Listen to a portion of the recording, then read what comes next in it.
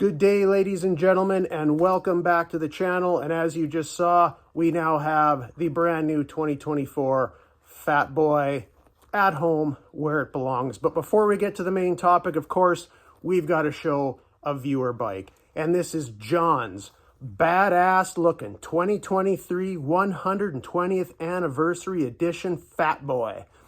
This bike is number 87 of 3,000. Looks like it has the wind splitter detachable windshield, chrome ape hangers with custom grips and mirrors, mustache engine guard with some grippy highway pegs on there, slip-on exhaust, which I'm guessing is Vance & Hines Eliminator 300s, detachable backrest with the chrome luggage rack, and a swing arm bag on the left-hand side.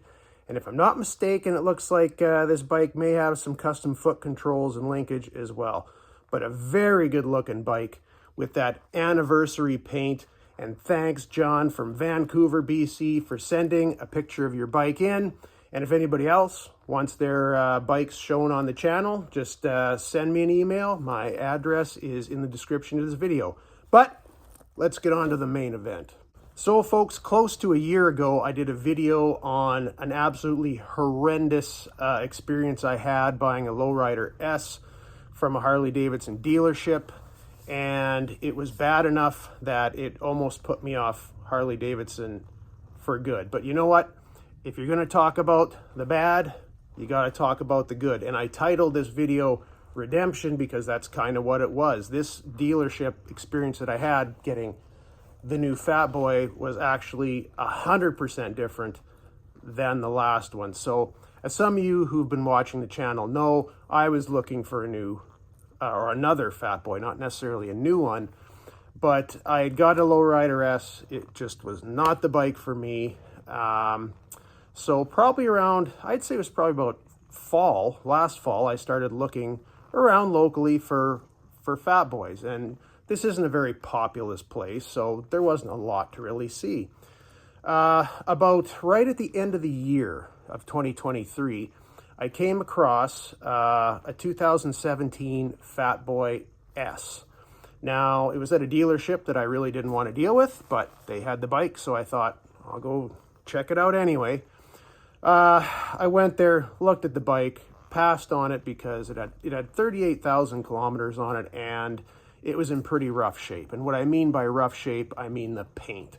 It was scratched, it was swirled, it was scuffed, it terrible. It looked really bad. Looked like the former owner had been trying to, push bush with it. I don't know, man. It was rough. So I didn't end up getting it. But while I was there, I did bring up the fact that, hey, I've got this Lowrider S. What would I be looking at for evaluation there if I wanted to trade it in? What I was told, the valuation they gave me, was that my 2023 Lowrider S with 4,200 kilometers on it was actually worth less than the 2017 Fatboy with 38,000 kilometers on it.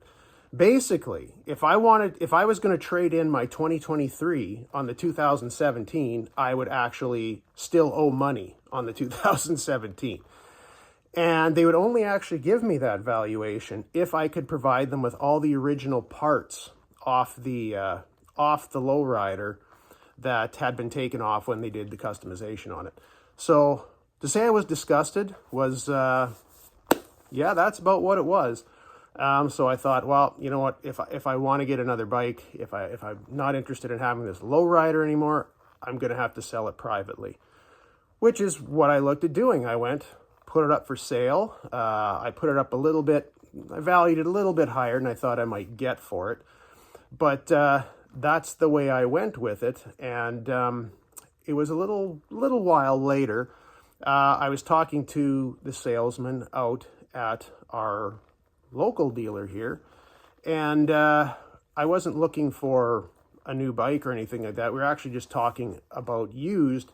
And I happened to mention that, hey, I've got this Lowrider here, and just for argument's sake, what do you think I would get for value on that?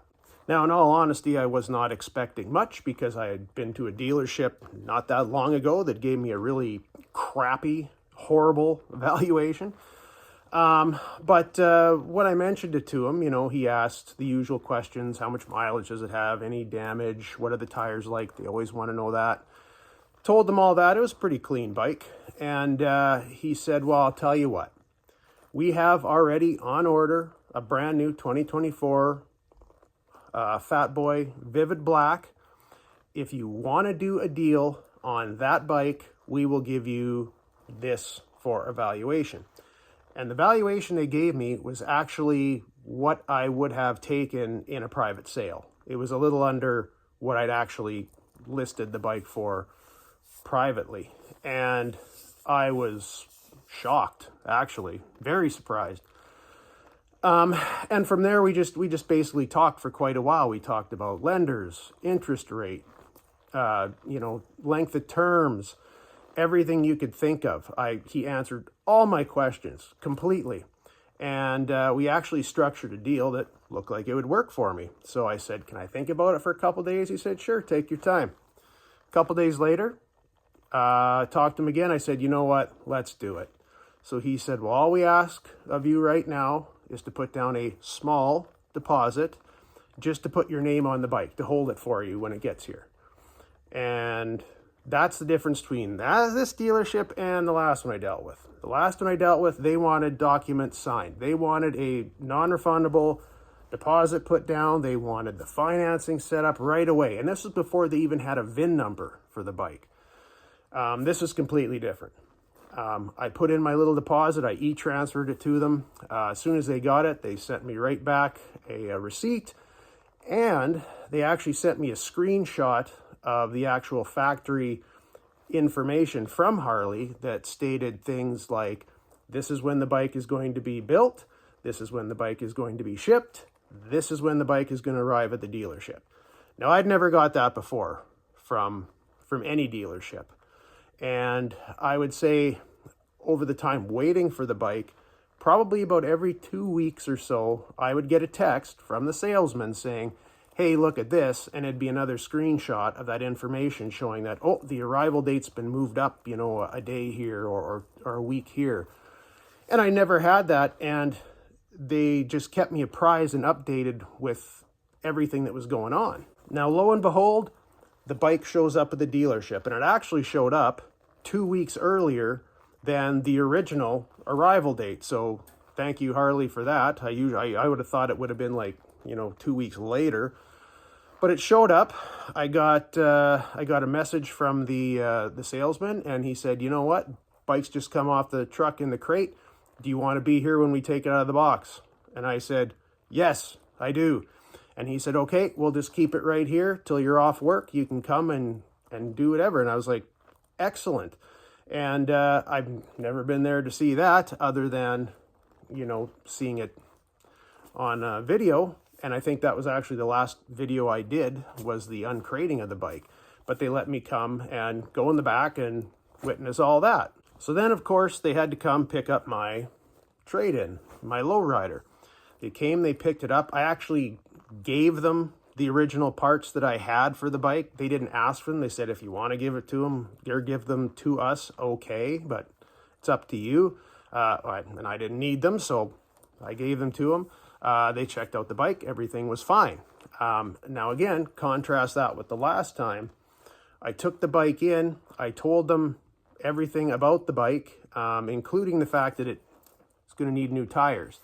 The problem was, even though they knew that, they didn't put that in the trade-in value. And then once the deal had been signed, they decided to say, oh, well, it needs new tires. Well, yeah, you knew that to begin with. Oh, no, now it's changed the trade-in value. I think they were going to charge me $1,500 or something like that for new tires that they wanted me to finance. And they said the same thing about the clutch. I didn't need a new one, but they said, well, it needs adjustment. And I said, well, I never had a problem with it before. They said, no, it's out of spec. We got to charge you for that, parts and labor for that.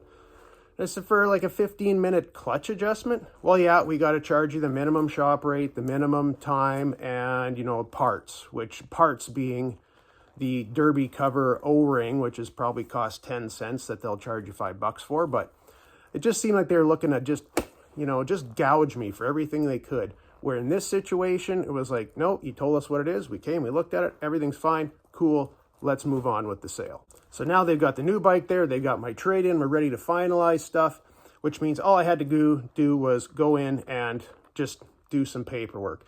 And the finance, the finance person is actually the co-owner of the place. Went through everything with me line by line, showed me what, this is what this is for. So this is for, here's your rate, here's your, like everything, all through all the paperwork. And actually, which I found a little, not odd, but actually liked, was I got a text message the night before I was going to finalize the deal with the paperwork from the salesman who said, you know what, I have a family emergency. Sorry, I'm not going to be there tomorrow. And really, he didn't have to be there. All I had to do was do the financing. But that's the kind of customer service he wanted to be there when this sale is finally, technically completed. And he texted me, it was probably about 10 to 10 on a Friday night to tell me, I have a family emergency, man. Sorry, I can't be there. And it's like, no problem. But I didn't expect that. But that's just the kind of customer service that you get with some places. Once that was done, the first chance they had someone available, they came and they dropped off the Fatboy. It is here and everything is good with it. We looked at it, went around. Now, if there's one thing, the one little thing was they pointed out to me, and I'll put a picture up of it now, and I blew the picture up so that you could actually see it. There is a little tiny nick in the front rocker box cover at the very lower corner. Like, you'd have a hard time seeing it unless you're actually really down there looking for it. It's a tiny little nick. And they said, you see that? Yeah. I say, well, we're going to replace that whole part. We'll get the parts on order. And of course, we'll do it at no charge to you. Which, again, that may seem like a little thing, but some places would just leave you the bike and say like, oh yeah, no, that wasn't like there before. No, you must have done that. But these guys didn't. This was great service from start to finish. I'm excited to have the bike here now, which is different kind of than the last time, because I was just about ready to puke during that deal. It really did redeem my faith in dealerships anyway. And now you might ask yourself, well, how can that dealership be so much different than this one? Pretty easy explanation for that, and that is that the dealership I just got this Fatboy from is family owned, locally operated, and they've been family owned and operated for, I think, 87 years, I think. The other place I dealt with before, well, it's ran by a big power sports company. So they have lots of dealerships. They don't care. They're just looking to get your money, as much of it as they can right now. They don't care about future sales. These guys, they might look at you and say, hey, if we're good to this guy now, we might have a future customer here. That's why they've been in business for 87 years. And I guess, I don't know if I probably haven't said their name. It's Prairie Harley Davidson in Saskatchewan, Canada, White City, Saskatchewan, Canada. And I will, for anybody who wants it, I'll put the contact information in the bottom.